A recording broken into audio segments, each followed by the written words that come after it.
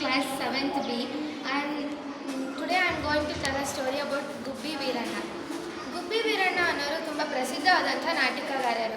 ಕನ್ನಡದಲ್ಲಿ ಅನೇಕ ನಾಟಕಗಳನ್ನ ಬರೆದಿದ್ದಾರೆ ಮತ್ತು ನಾಟಕಗಳನ್ನ ಆಡಿದ್ದಾರೆ. ಆವಾಗ ಅವರಿದ್ದಂಥ ಕಾಲದಲ್ಲಿ ಕನ್ನಡಕ್ಕೆ ಅಷ್ಟೊಂದು ಪ್ರಾಮುಖ್ಯತೆ ಇರಲಿಲ್ಲ.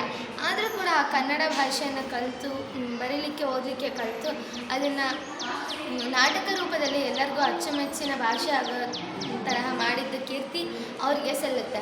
ಯಾಕಂದರೆ ಅವರು ತಮಗೆ ಗೊತ್ತಿಲ್ಲದವ್ರನ್ನೂ ಕೂಡ ಪರಿಚಯ ಮಾಡ್ಕೊಂಡು ಅವ್ರಿಗೂ ಕೂಡ ಕನ್ನಡವನ್ನು ಕಲಿಸಿ ನಾಟಕಗಳನ್ನ ಆಡಿಸ್ತಿದ್ರು. ಇವರ ತಂದೆ ತಾಯಿ ಅಂದರೆ ಇವರಿಗೆ ತುಂಬ ಇಷ್ಟ. ಅವರ ತಂದೆ ಇನ್ನೊಂದು ಮದುವೆ ಆದ್ದರಿಂದ ಅವರ ಮೊದಲನೇ ತಾಯಿಗೆ ಮತ್ತು ಆ ಮೊದಲನೇ ಮಕ್ಕಳಿಗೆ ತುಂಬ ಪ್ರಾಮುಖ್ಯತೆ ಸಿಗಲಿಲ್ಲ. ಹಾಗಾಗಿ ಅವರಿಗೆ ತುಂಬ ಬೇಗ ಬಡತನ ಬಂತು. ಹಾಗಾಗಿ ಅವ್ರ ತಾಯಿ ಪಕ್ಕದ ಮನೆಯಲ್ಲೆಲ್ಲ ಕೆಲಸವನ್ನು ಮಾಡಿ ದುಡ್ಕೊಂಡ್ಬಂದು ಮಕ್ಕಳನ್ನು ಸಾಕ್ತಿದ್ರು. ಈ ಕಷ್ಟವನ್ನು ಅವರ ಚಿಕ್ಕಪ್ಪ ನೋಡಿದೆ. ಅವ್ರ ಹೆಸರು ಕೂಡ ವೀರಣ್ಣ ಅಂತಲೇ. ಅವ್ರ ಚಿಕ್ಕಪ್ಪ ಅವರ ಕಷ್ಟವನ್ನು ನೋಡಿದೆ ಅವ್ರನ್ನೂ ಕೂಡ ಸಾಕೋಕ್ಕೆ ಮುಂದೆ ಬಂದರು.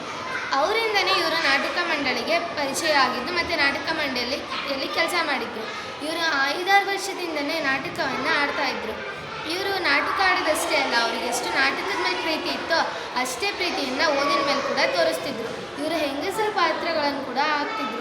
14-15 ವರ್ಷದಿಂದ ಅವ್ರ ಗಂಡಸರ ಪಾತ್ರವನ್ನು ಹಾಕ್ತಿದ್ರು. ಆವಾಗ ಆಗಿನ ಕಾಲದಲ್ಲಿ ಅಷ್ಟೊಂದು ಉಪಕರಣಗಳು ಕೂಡ ಇರ್ತಿದ್ದಿಲ್ಲ, ಲೈಟ್ಗಳು ಕೂಡ ಇರ್ತಿದ್ದಿಲ್ಲ. ಬೆಂಕಿಯ ಪಂಜಿನಿಂದ ಬೆಳಕನ್ನು ಬಿಡಬೇಕಾಗಿತ್ತು. ಇಂಥ ಕಾಲದಲ್ಲೂ ಕೂಡ ನಾಟಕ ತುಂಬ ಆಸಕ್ತಿಯಿಂದ ನೋಡೋ ಹಾಗೆ ಮಾಡಿದ್ದು ಇವರೇ. ಇವರು ಮುಂಚೆಗೆಲ್ಲ ಹೆಣ್ಮಕ್ಳು ಪಾತ್ರ ಹಾಕ್ತಿದ್ರು. ಆದರೆ 14-15 ವರ್ಷ ಆದಮೇಲೆ ಅವರು ಧ್ವನಿ ತುಂಬ ಬದಲಾಯಿತು. ಹಾಗಾಗಿ ಅವರು ಗಂಡಸರ ಪಾತ್ರವನ್ನೇ ಹಾಕ್ತಾಯಿದ್ರು. ಇವರ ಪಾತ್ರ ಅಂದರೆ ಜನರಿಗೆಲ್ಲ ತುಂಬ ಅಚ್ಚುಮೆಚ್ಚು.